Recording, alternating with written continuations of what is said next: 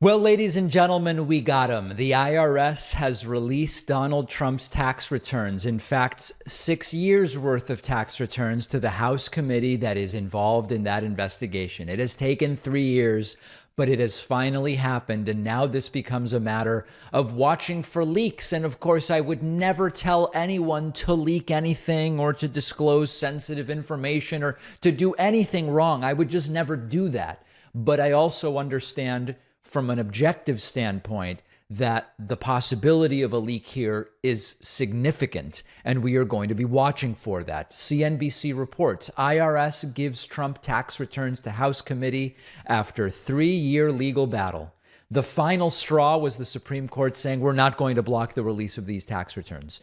The article points out the House Ways and Means Committee has obtained years' worth of federal income tax returns for former President Donald Trump, just a week after the Supreme Court rejected his effort to block that Democratic-controlled panel from getting those records from the IRS. The committee had been seeking Trump's tax returns since 2019 when he was still president. Trump broke decades of tradition by refusing to publicly release his tax returns. Now, remember that for a very long time, Trump was insisting, as soon as my audits are done and blah, blah, blah, blah, blah, I'm going to go ahead and release everything. And the goalposts kept moving and moving and moving. Here's just a little bit of a reminder of that. This is more recent. You just said you spoke to your accountant about potentially releasing your taxes. Did he tell you when you can release them? Do you have a deadline for when you're going to release them? I get treated worse than the Tea Party got treated.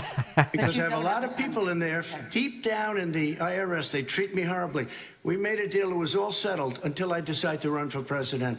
I get treated very badly by the IRS, very unfairly.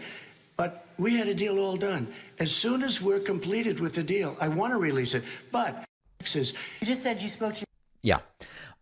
He didn't really intend to release those tax returns. And quite frankly, once it became clear that his followers didn't really care, I understand why he didn't release them. And we'll get in a moment to what we believe would be in there. A few other notes here from the CNBC report. A Treasury Department spokesperson told NBC News, quote, Treasury has complied with last week's court decision. The Treasury Department is the parent of the IRS. The Ways and Means Committee has said it wanted copies of Trump's tax returns and the tax returns of Trump legal entities for an inquiry into how the IRS audits presidential tax returns. By law, the tax agency audits the returns of a sitting president every year. So it's a leak watch. Now, what is most likely in those tax returns? We've been building and sort of tweaking our belief about this based on what has become publicly available information over time. I think the most likely revelations from Trump's taxes would all be things that we suspect or to some degree know already. Number one, Trump is not as rich as he claims to be. It's hard to imagine Trump being richer than he claims to be. And based on what people like Michael Cohen and others have told us, Donald Trump has postured to be higher on the Forbes richest list using all sorts of different methods, and more than likely his taxes would show he's not actually as rich as he has claimed to be. Number two, Trump lies, and that we know. We know Trump lies. He's the most dishonest president in the modern political era. Number three, Trump probably has debts that we might call sketchier debts, shadier debts to entities or individuals that he likely would not want us to know, and which may potentially present a national security risk even greater than that which we already believe based on publicly available information. And I think that that would be those would be the main revelations from Donald Trump's tax returns. Now, one interesting other note I want to mention.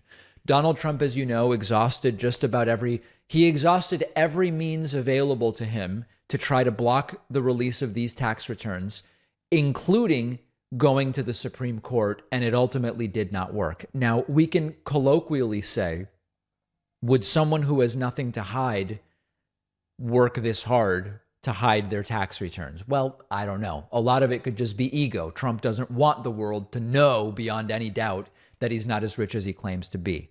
But one of the arguments that through his lawyers Donald Trump made to the Supreme Court was that no Congress has ever wielded its legislative powers to demand a president's tax returns.